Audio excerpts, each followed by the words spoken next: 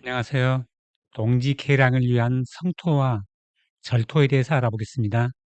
동지계량을 하려면 동지계량 기준을 준수해야 됩니다. 동지계량 기준은 동지계량에 적합한 토양의 범위는 동지의 생산성 향상 등 동지계량의 목적에 적합해야 되고, 농작물을 경작하거나 다년생 식물을 재배하는 데 필요한 범위 이내에 하고요. 동지계량 시 인근 농지 또는 시설 등의 피해 발생 방지 조치는 동지계량 행위가 동지계량 시설 또는 도로 이용 방해, 폐지, 변경을 수반하거나 토사 유출 및 배수, 통풍 장애 등을 수반해서 인근 농지의 농업 경영과 주택 등 인근 시설에 피해를 주지 않아야 되고, 동지계량 행위로 인해서 피해가 예상되는 경우에는 이를 방지할 수 있는 흙막이, 옹벽을 설치하는 등의 안전조치를 해야 됩니다. 세부 기준을 보면 흙 옮기기인 객토는 객토원의 흙의 성분과 그 양이 객토 대상 농지의 토양 계량 목적에 적합해야 되고, 흙 쌓기인 성토는 농작물의 경작 등에 적합한 흙을 사용해야 되고, 농작물의 경작 등에 부적합한 폐기물 또는 그 폐기물을 혼합한 토석, 갯벌흙, 오염된 침전물 등 토양 오염 및 수질 오염의 우려가 있거나 농지의 생산성 저하의 우려가 있는 토석 등을 사용해서 성토하지 않아야 되고, 토양환경보전법 시행규칙 별표 3에 따른 1지역의 토양오염 우려 기준을 초과하지 않아야 되고요. 다음의 토양 성분 기준을 충족해야 하는데, pH는 5.0 이상 7.5 이하, EC는 2.0 이하, 모래 함량은 70% 이하가 되어야 되고요. 다만 순환토사와 농경지 성태조로 재활용이 가능한 폐기물은 다음 조건에 따라 사용이 가능한데요. 순환토사는 1지역의 토양오염 우려 기준을 초과하지 않아야 되고, 토양 성분 기준을 준수하고, 지표 면으로부터 깊이 1m 이내에는 사용하지 않는 조건은 계량시설 및 농축산물 생산시설 부지에는 적용을 하지 않고요. 농경지의 성토재로 재활용이 가능한 폐기물은 1지역의 토양오염 우려 기준을 초과하지 않아야 되고, 계량시설의 부지 및 농축산물 생산시설의 부지에만 한정해서 사용해야 됩니다.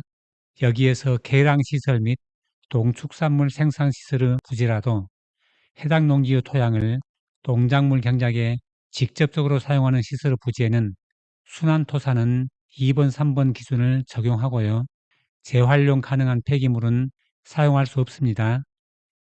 흙닦기인 절토는 비탈면 또는 절개면의 토질, 경사도 등을 고려해서 토사 유출 및 붕괴 등이 우려되는 경우에는 이를 방지할 수 있는 흙막이, 옹벽을 설치하는 등의 안전조치를 해야 됩니다.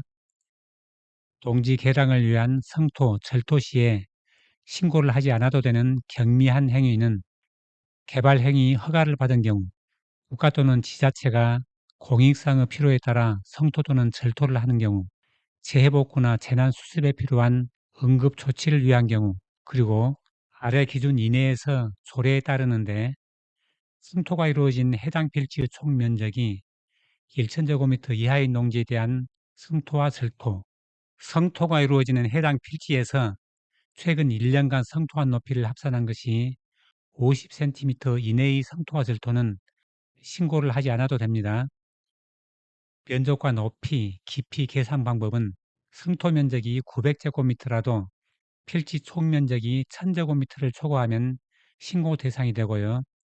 성토 높이는 성토 전 가장 낮은 지점에서부터 성토 후 가장 높은 지점까지의 높이이고, 절토 깊이는 절토 전 가장 높은 지점에서부터 절토 후 가장 낮은 지점까지의 깊이이고요. 성토와 절토를 동시에 하는 경우에는 성토 높이, 절토 높이를 개별적으로 산출합니다. 답을 보면 동지 계량 행위 신고 대상이 아닌 경우에 동지 계량 기준을 준수해야 하는가는 신고 대상 여부와는 무관하게 동지 계량 기준을 준수해야 되고요. 기준을 준수하지 않으면 추후에 원상회복 명령과 3년 이하의 징역 또는 3천만 원 이하의 벌금이 부과될 수 있습니다. 동지계량 기준에 적합한 흙임을 증명하는 서류를 제출해야 되는데 토양 성분 분석을 어디에 의뢰하는가는 환경부와 농림부 홈페이지에서 찾은 분석기관을 참조하시고 지자체에서 확인을 하시고요. 동지계량 행위 신고 시에 토양 오염 우려 기준의 모든 항목에 대해서 검사 성적서를 제출해야 하는지는 중금속 8종, 카드뮴, 구리, 비소, 수은, 납, 유카드롬, 아연, 니켈에 대한 성적서만 제출하면 됩니다. 좀 더 자세한 내용은 지자체를 통해서 확인하시는 게 좋을 것 같습니다.